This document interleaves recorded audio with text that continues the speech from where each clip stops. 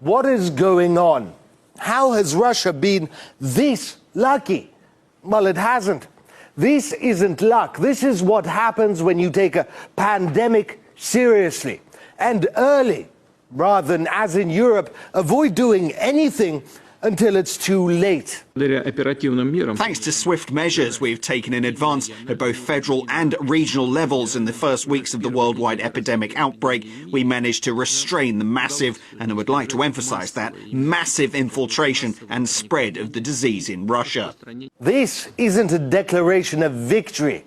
There are no winners here, and there are no illusions that the virus will somehow skip over Russia. The point is to give the country time to prepare, to save lives. As the outbreak began, Moscow dedicated a brand new hospital just to treat coronavirus patients. But China's experience taught the world a number of things. One hospital isn't enough.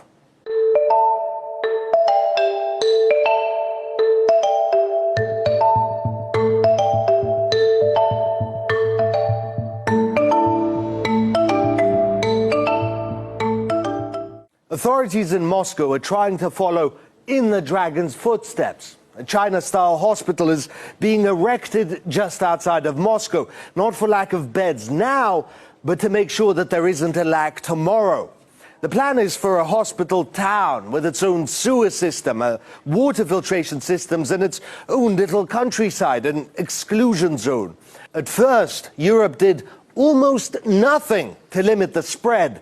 Wouldn't restrict travel, no serious quarantine. Instead, when it became obvious that they had left it for too long, they threw up their hands and said, most of us would get it anyway.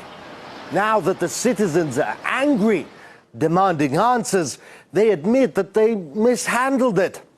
Still, in defiance of all logic and reason, they've managed to shovel some of the blame onto Russia.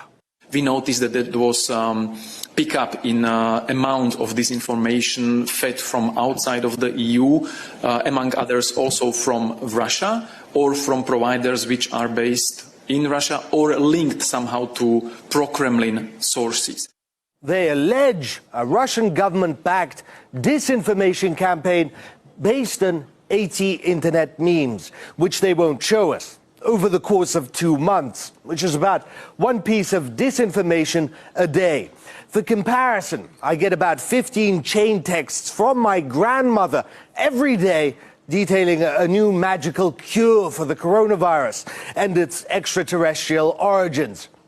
I should probably warn her. The European Union may launch an official inquiry into how pensioners are in on a disinformation conspiracy whereby they send silly text messages and chain letters to their grandkids.